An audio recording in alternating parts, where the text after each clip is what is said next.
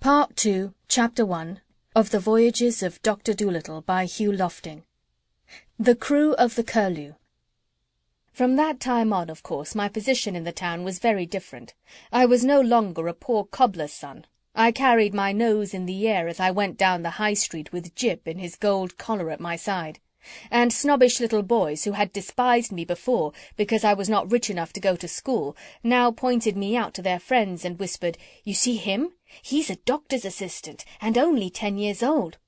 But their eyes would have opened still wider with wonder if they had but known that I and the dog that was with me could talk to one another.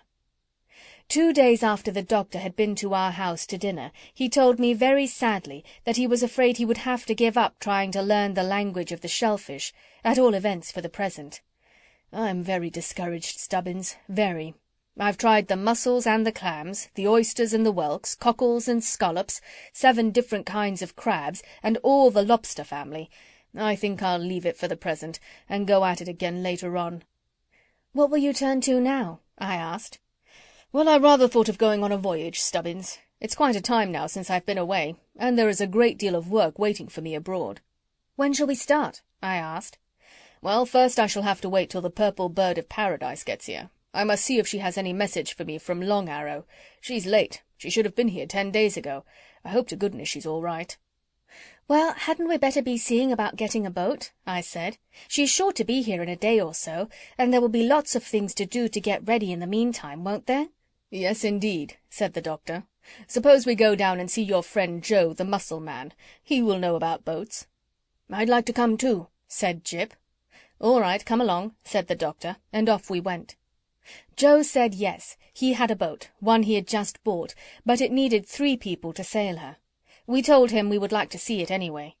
So the mussel man took us off a little way down the river and showed us the neatest, prettiest little vessel that ever was built.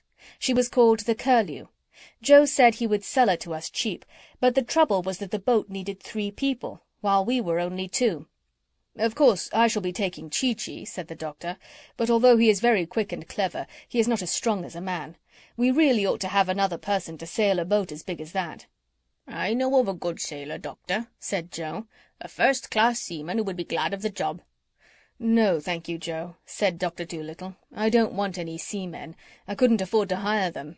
And then they hamper me so, seamen do, when I'm at sea. They're always wanting to do things the proper way, and I like to do them my way. Now let me see. Who could we take with us?" "There's Matthew Mugg, the cat's meat man," I said. "No, he wouldn't do. Matthew's a very nice fellow, but he talks too much, mostly about his rheumatism.